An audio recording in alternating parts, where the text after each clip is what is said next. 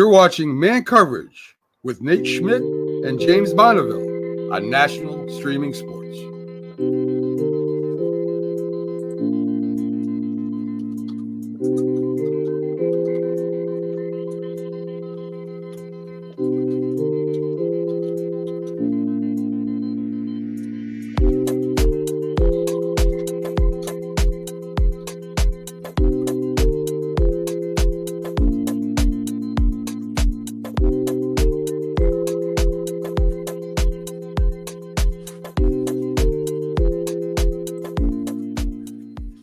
Good morning, everyone, and I do mean top of the morning to you because it is 9:18 a.m. on October 19th, 2025. This is college football week number 8.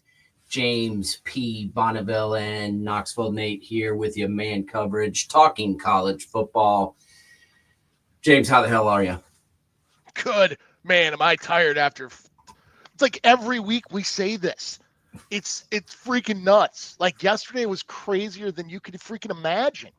It was pretty nuts. We had some top 10 teams go down. We had some top 10 teams square off. We had some other unbeaten teams go down. And, this year is shaping up pretty crazily.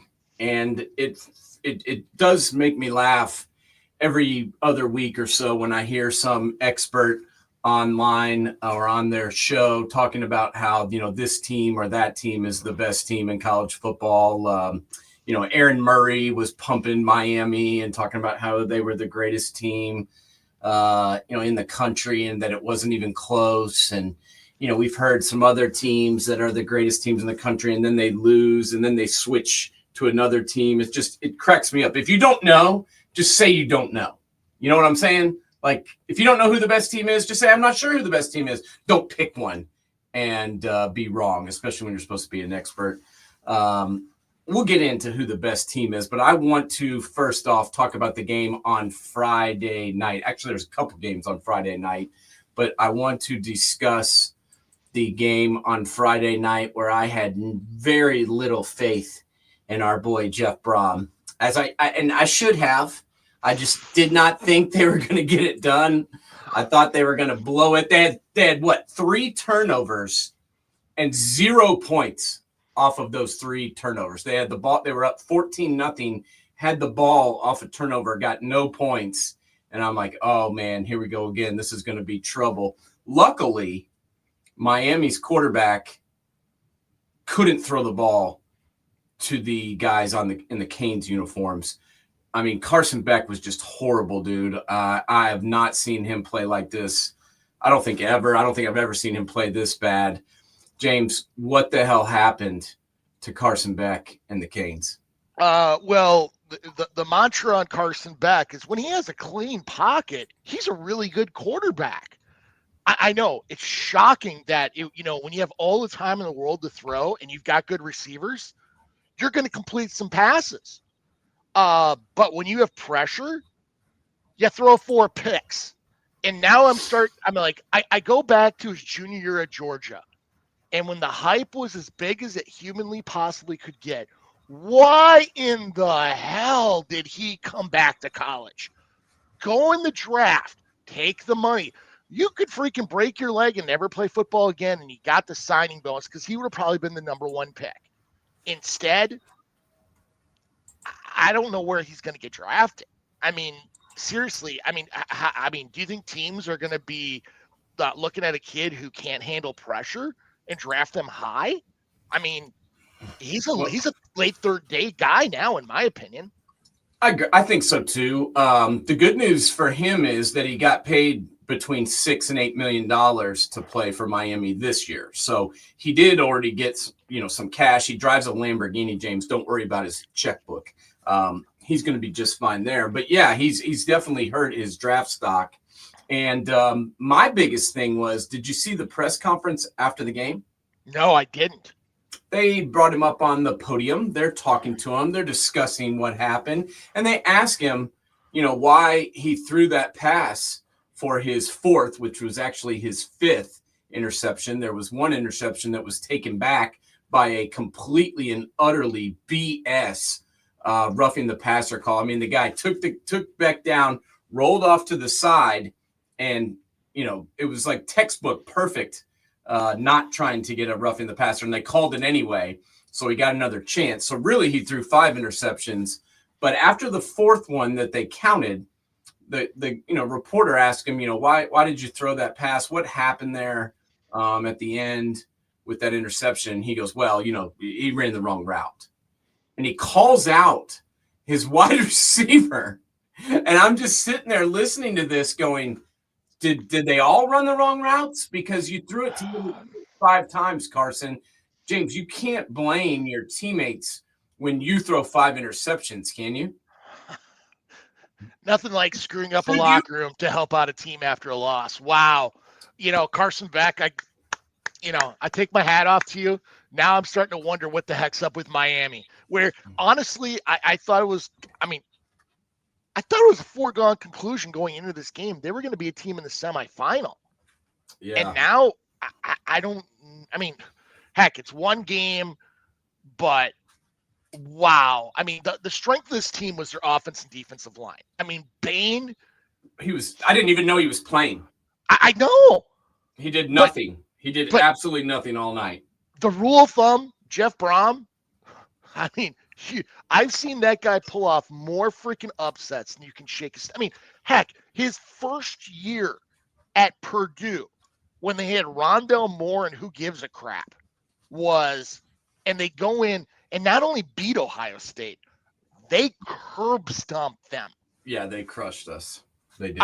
I mean, this guy pulls off upset after upset, and everybody downplays this guy. I mean, granted, yes, he has his screw-ups, but this guy coached at Purdue. I got a question for you. How, if this team can go out, play like this, they held Mark Fletcher, who's been running over people all season. He had 8 carries for 18 yards. Okay, the entire team ran for 24 carries for 63 yards. How on earth can Louisville, beat Miami like this? I mean, they soundly beat them. I know the score was very close, but they dominated them pretty much the entire game. How can they not play like this all the time? Is it just because he can get them up for a big game? He's really good at that, or why can they not consistently play like this, I guess? That's a $6 million question. I mean, the Virginia game, you lose to Virginia last week. Otherwise, we'd be talking about an undefeated season. But they haven't been, blow you away impressive. I mean, they barely beat Pitt. James Madison was a game. You just look at them, you're like, it's Louisville. Honest to God, it's a team you never really get excited for unless they're undefeated and got somebody like one of the Brom brothers at quarterback. Yeah. And this is a team that's going to go 9-3, 10-2, probably won't make the playoff. But we were talking about them at the beginning of the year. They could be in the ACC championship game. It's Jeff freaking Brom. If I'm Penn State, I'm looking at Jeff Brom. And he's not a household name. I think you might have to especially after that win. I think you have to kind of think about him. This was a huge win. They're 5-1. They have a chance to potentially, play for the ACC title. Who else is going to win the ACC title? I don't know. Tech's the only undefeated team. Yeah, I think they've got as good a chance as anybody. And that was a hell of a game from the get. They came out ready to go, fired up, and he deserves credit. Isaac Brown played a phenomenal game, 15 carries, 113 yards, 7.5 a carry. I felt so bad for him when he fumbled that ball on the second to last series, because that could have cost them the game. They were going to win. All they had to do was run the clock out there, and they were up by 10, and there was just no way they were going to score twice. He fumbles it. Miami gets the ball right there, in scoring position inside the 15 or so, and then they scored on the next play. I will say this. Me and you both like this guy, and I like him even more now, that Malachi Toney. Oh God, yeah. He is one of the best freshmen in the country. Might be the best freshman in all the country. I love how he comes out of breaks. Like, honest to God, if you're a corner, I mean, you have to play very careful against him. Otherwise, the school song is going to start playing really quick. Like, that kid is so quick. He can move. Just his route running, his quickness. A lot. He doesn't look like a freshman. No, he doesn't. Basically, how I think about it. He's the best. He's the best offensive player on their team, and he was very impressive. They didn't lose because of him, but I did feel bad for Isaac, because he played really well, and he just, you got to not. I mean, that's the last thing you say before the team goes out. Whatever you do, guys, do not fumble the football. 2 hands. If you get 0 yards, if you lose yards, I don't care. Just don't be careless with the football. Obviously, Jeff Brom's a better football coach than me, but he probably said that, to be honest with you, and probably a few times. Yeah, he probably reminded Isaac about that. That's why Isaac did not play the rest of the game. I don't know if you saw, but he was sitting on the bench the rest of the game. That to me means he probably was told that. Let's talk about Georgia Ole Miss, because there was people saying Ole Miss was the best team in the country, and a lot of folks thought that Ole Miss was going to win this game. This was a back and forth. This is not what I expected for Ole Miss, Georgia. This Georgia defense does not look like the Georgia defenses of old. I mean, I don't know if you saw, but late in the third quarter, they popped up the drive charts, and neither team had punted all day, James. Yeah. I mean, are you serious? I mean, I don't. There was never been a time in Kirby Smart's career where they gave up 5 touchdowns in a row, ever, since he started playing, and they gave up 5 touchdowns in a row. Now, I will say this unit got together. They put it together at the end of the game and got several stops in a row and looked better towards the end of the game. But are you still concerned about Georgia's defense, James? Because they gave up they gave up a lot of big plays in this one. And I got to say, they got the victory. This team is very resilient. They're never out of it. Gunnar Stockton is a dude. I kept saying I don't believe in him. I kept saying he's not that great. I'm a believer now. This guy can get it done. What did you think about him, and what do you think about this defense? Are you worried about him? Oh, I'm very worried about him. I mean, granted, they got the 2 stops when they needed to in the second half, but Georgia's punter didn't have to even. He was eating hot dogs and ordering pizza on the sidelines because they didn't need him. No, it was like we were playing PlayStation 5 NCAA rookie mode, and because both the offenses were running up and down the field. I mean, the funny part about it is you look at Georgia's defense. Trinidad Chambliss, a D2 quarterback out of Ferris State, transfers to Ole Miss. Grant, he wasn't the starter coming into the year, but how in the hell they dropped 35 on Georgia? That just tells you where Georgia's defense is at. Yeah. I mean, they don't have that edge guy. They don't have the speed they have. They have KJ Bolden. And really, who's the next playmaker on that front 7? I mean, you got Bolden in the back, but he can't do everything.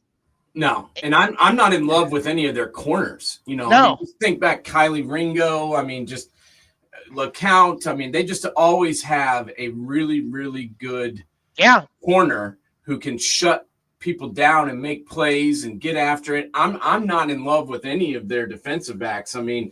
This D2 kid's throwing darts all over the field.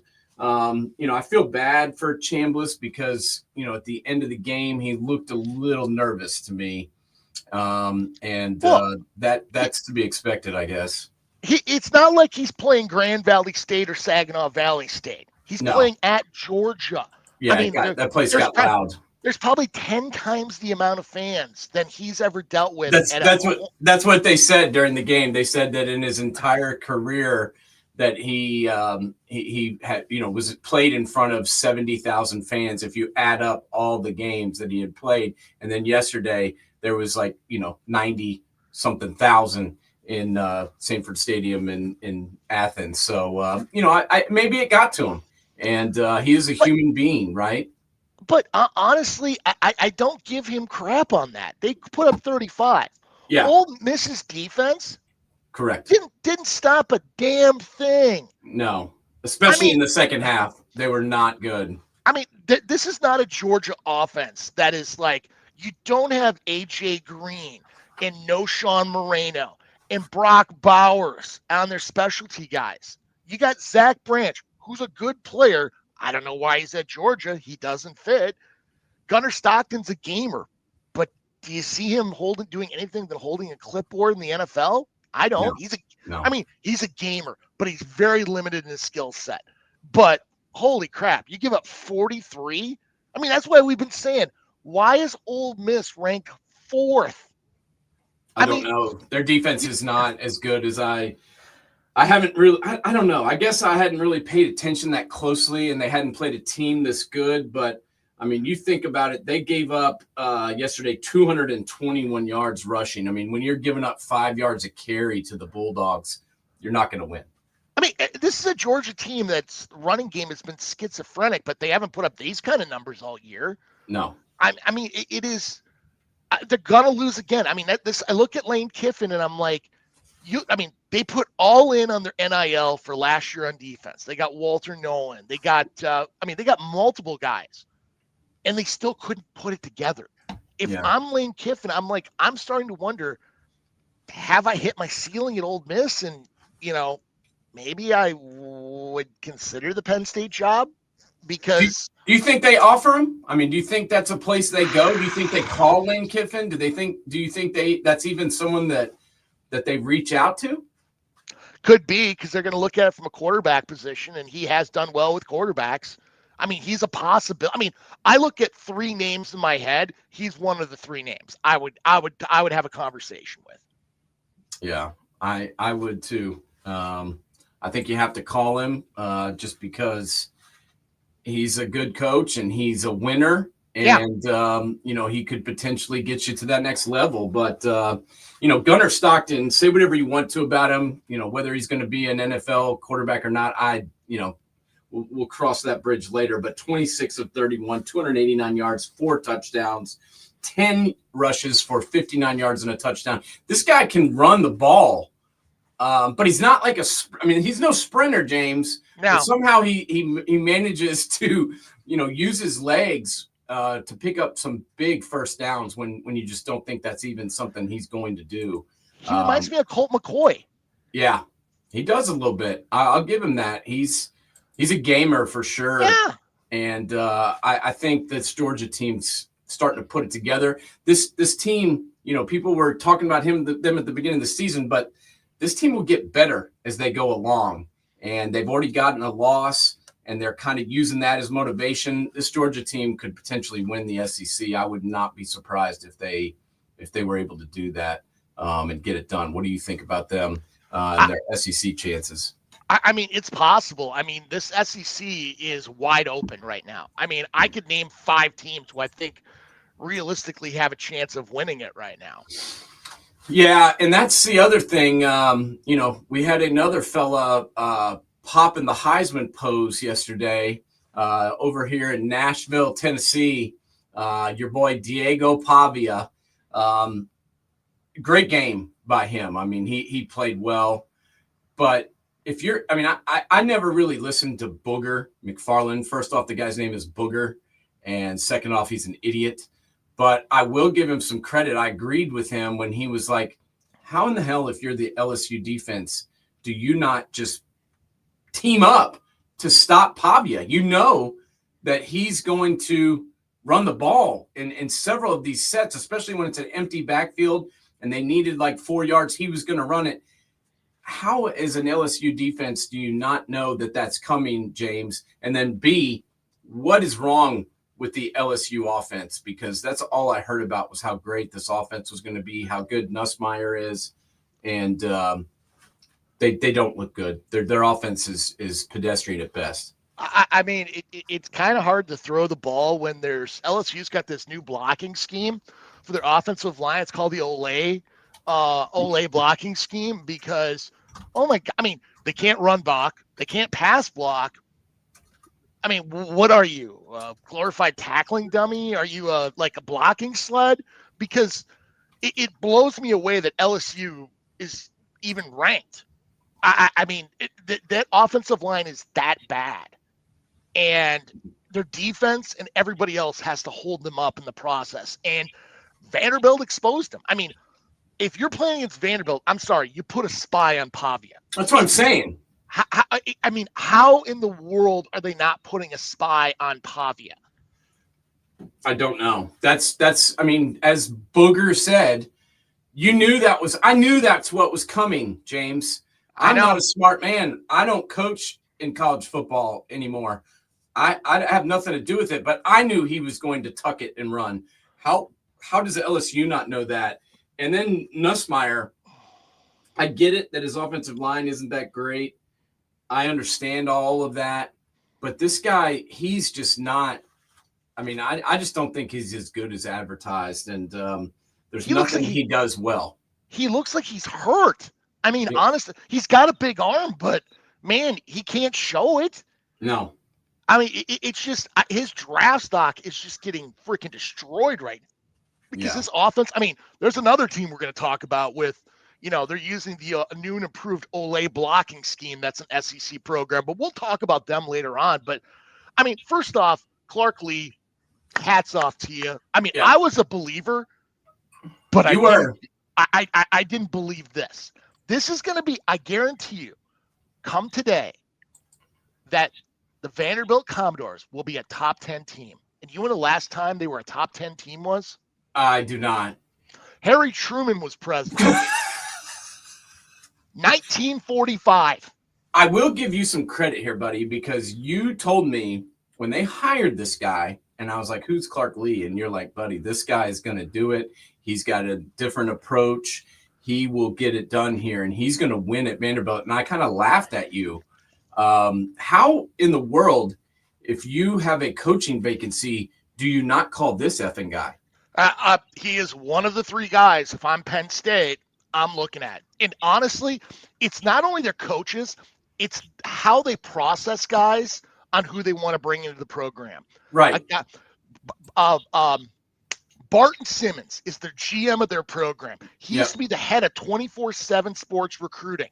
This guy knows his stuff, and this guy can find more diamonds in the rough than you can shake a stick at. Honestly, I would seriously look at this guy if I'm an NFL team from a player development standpoint. I mean, this guy knows from a scouting perspective who's going to come through and go to that next level.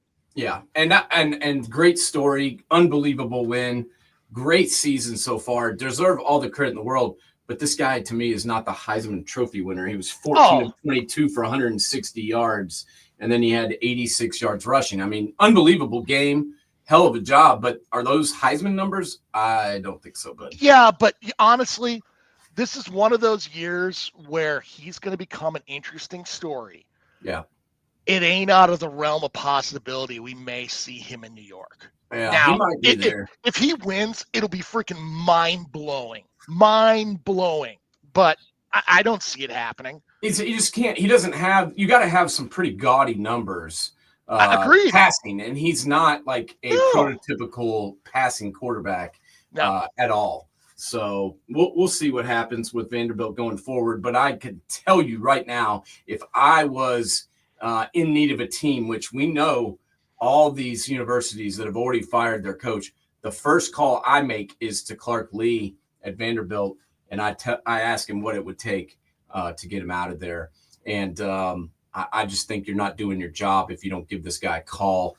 We are going to talk Bama, Tennessee right after this. Football season is here, and SeatGeek is my go-to for buying tickets. Now, with SeatGeek, every single ticket is backed with their buyer guarantee. We've all had plans change, and when you can't make it to the big game, SeatGeek has you covered. They're the only ticketer that allows you to return your tickets ahead of the event for credit with SeatGeek swaps. So when things come up, I know that my tickets won't go to waste. So what are you waiting for? Download the SeatGeek app to maximize your possibilities and shop live events with confidence.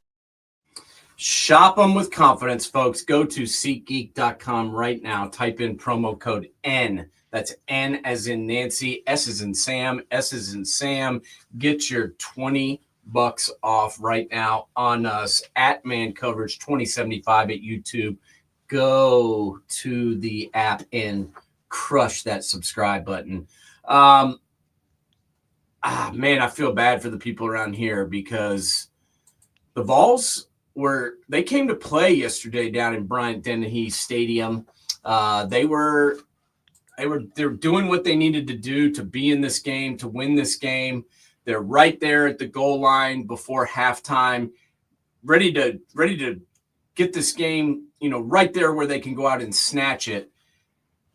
I just do not understand that play calling at the end, James. I mean, I'm sorry. Josh Heupel's a better play caller than I am. However, I don't get it. Why in the world you run it on first down? So then it's 2nd and 7. You only have 9 seconds left. You're out of timeouts. They know you're going to throw the football. So you line up in this power running formation.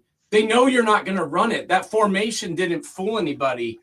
And then you throw a pick six, 99 yards the other way. We're looking at the photo right now. That was the ball game, in my opinion, James.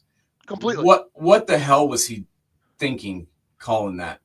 Well, not only that, you sit there and think about that when you're in the locker room. And I'm sorry, if you're one of those Tennessee players, the coaches could be giving you the best advice known to mankind.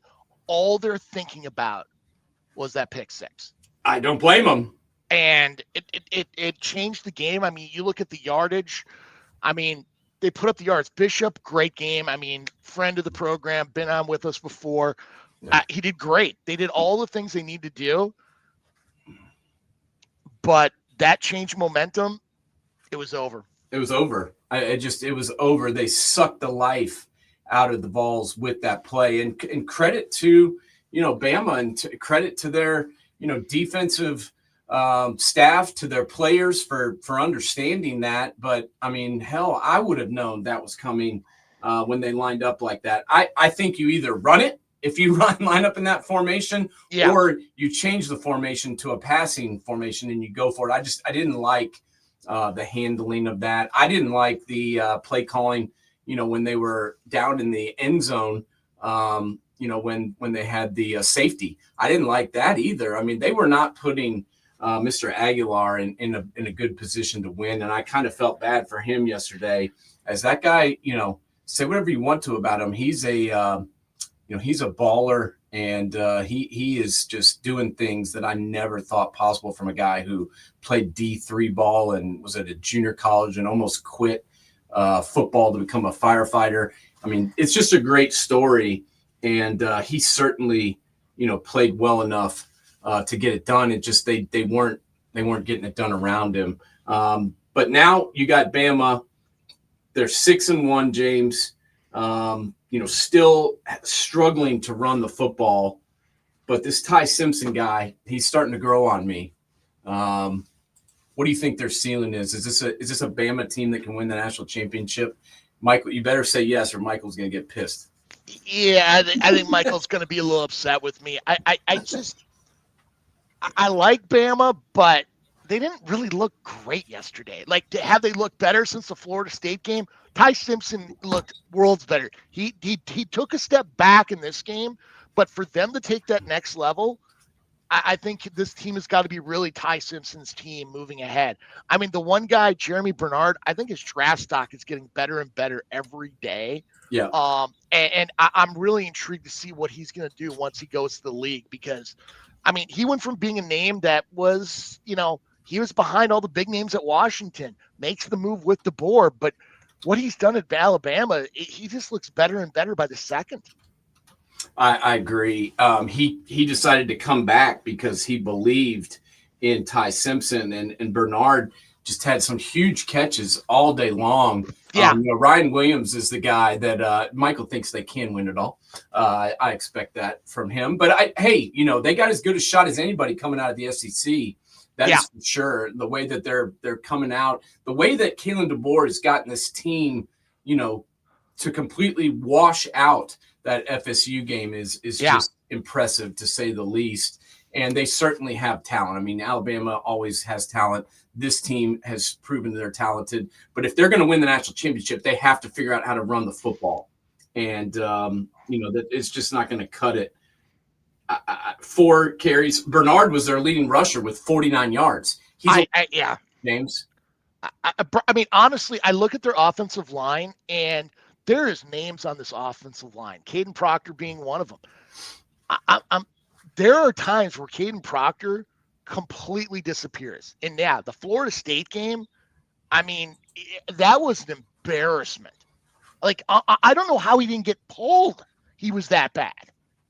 Yeah, they've got to run the ball. I mean, that's, it's their identity. It's who they are. Yeah, that's just not Alabama football. And just to time of possession, picking up short first downs, they've got to be able to run the ball if they're going to win, at a high level. But this was a big game for them. They've got their heads, right after that first week. And, I certainly wouldn't be surprised to see Alabama win the SEC again. I think them and Georgia right now are the 2 best teams in my mind, especially after Ole Miss goes down. I think they're probably the best teams. We got to talk a little bit about the shillelagh. What's it called? The shillelagh. What is it? Yeah, the shillelagh stick. And our boys over there. You've been critical of our buddy Lincoln Riley and his inability to get guys on the offensive and defensive line that'll help him win big games. And that's what happened yesterday. I mean, don't get me wrong. The Irish attack on the ground is probably the best in the country. I would say they are. Jeremiah Love, Price, those 2 running backs are the best tandem in all of college football, in my opinion.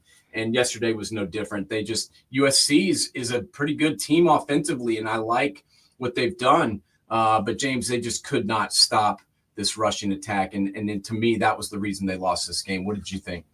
Yeah, I mean, when Jeremiah Love drops 228 on you, you're picking up 9 at a crack. It's kind of hard to win. I mean, Grant, year after year, you look at Notre Dame, their offensive line, their defensive line, and their linebackers are legit. But you look at Jeremiah Love, I mean, you've got to go quite a ways back to have a running back on par with him. I mean, they haven't had a running back like this in some time. They've had good ones. Jeremiah Love has a chance to be a great one. Yeah, I don't know how he's not in the Heisman. I mean, I agree. I was wondering that myself while I was watching that game. I'm like, nobody's talking about him. I would have him in the Heisman race right now. I mean, he's had some big moments. He has 9 touchdowns. He's averaging 6 yards a carry. He's got over 758 rushing yards. He's on a team that's 5-2, who has a chance to make the college football playoff. You talk about Diego Pavia. How about this guy, Jeremiah Love, who's basically catapulting Notre Dame to every victory they have? I don't know how you can't put maybe it's because he shares carries with Price. I have no idea. But I got to tell you, if I've got to vote, I'd consider Jeremiah Love. He's one of the best players in all of college football, in my opinion. Yeah, I mean, at a bare minimum, if he's not showing up in New York, that's a crime to humanity. Honestly, I mean, it's funny as you look at this Notre Dame team. They lose 2 games quick. I mean, they're good games, but they lost them quick, close games, and people forgot about them. And now they just keep winning. And you look at the rest of their schedule, who's going to beat them? Yeah, Navy? They did this last year. Last year. They lost to Southern Illinois and everybody, Northern Illinois? Northern Illinois. Thank you. And, everybody wrote them off, and then they never, ever lost again. And I could see them doing the same thing this year. Let's talk about Texas Tech now. Obviously, $28 million invested in the Red Raiders. They were undefeated going into this game yesterday in Tempe. Great game plan by our boy leading the charge for the Sun Devils, and they were able to get it done. It was close. They almost lost it there at the end, but they kept going. Is this, I know that Texas Tech was using their backup quarterback. Is that what you attribute this loss to, James, or did they just get outplayed? What do you think? I mean, they had a really bad first half. I mean, really bad 3 quarters. It's not like Hammond played bad. It's just nobody stepped up. This should have been a game where the running back Dickey really kind of took over the game. But I mean, you look at Arizona State's offense. I mean, Tyson is probably going to be the number 1 receiver in the draft. The kid's great. He's unreal. He was unreal last year. I mean, honestly, you look when, I mean, all you had to do was watch the last 4 minutes of this game, and that's all you needed to watch. Because there were, 21 points scored in 4 minutes? Yes. And it could have been more on that last Hail Mary. I mean, I don't understand why Dillingham kicked when they punted away, why they actually kicked to that guy, because I thought he was going to go in. Gets at the 12, scores the next touchdown, gets the 2-point conversion. They're up 3. And you were saying it, I was kind of believing. I'm like, I don't think they're going to win this game. No, they were trying to choke it away. I thought they were going to kick a field goal, and that was going to be the chance. They go down and score a freaking touchdown in less than a minute. And Tyson was unstoppable, absolutely unstoppable on that drive. Yeah. I mean, Sam Levitt played a good game. I mean, he wasn't as accurate as maybe you would like, but he certainly did enough to help them win. And that was a big victory for Arizona State. They're 5-2 now. The Big 12 is kind of crazy, to say the least. BYU looks like a legitimate team after that victory yesterday in the Holy War. I like that freshman quarterback, man. I mean, dude wears number 47. If you're wearing number 47 at quarterback, you better be a badass, because you just look weird out there. And I love Brockmeyer. I think he's a good player. That was a big victory for them, obviously, in a huge game. But we're running out of time here. I want to talk about Texas A&M. They struggled yesterday with Arkansas. Obviously, if you can get the victory, that's all that matters. But how good is this A&M team, James? Are you buying them or are you selling? Because we've talked about them several times. And selling. I sell. I mean, honest to God, the defense gives up. I mean, he gave up 42 to freaking Arkansas. Yeah, I mean, I'm sorry. I mean, their defense has been giving up points left and right. Their schedule has been very favorable. I mean, outside of winning at Notre Dame, that great win. But, I mean, they've had a very, very nice schedule. I mean, next week going into LSU, I mean, granted, that offensive line, what do you do? I mean, granted, but Texas A&M's defense isn't that great. I don't see this team going undefeated. I think they're going to lose some games between now and the end of the season, because do you trust Reese at quarterback? Because I don't. I don't like him really at all. The fact that they've won as many games as they have and as many close games that they have is kind of shocking, and is certainly, I think due to their coaching. I think Mike Elko has paid more attention to detail, and that's why they've been winning some of these games that in the past they would lose. But we're about running out of time here. Before we get out of here, I want to talk a little bit about UAB. They fired Trent Dilfer. They kick his ass out the door. Alex Mortensen takes over, Chris Mortensen's son. He leads them to a victory. James, we keep seeing this happen where a team gets rid of their coach. They fire the guy who's calling the shots, and then they get better. Why on earth do teams get better? Is it just because they rally and they have this massive change, and so the team pulls together and rallies? Is it that these guys weren't good coaches and getting rid of them helps the team? What is the reason behind these teams galvanizing when their coaches get fired? You know, it's funny you mentioned that, because this loss was just mind-blowing to me. I mean, their offense was putting up points, but their defense was a sieve.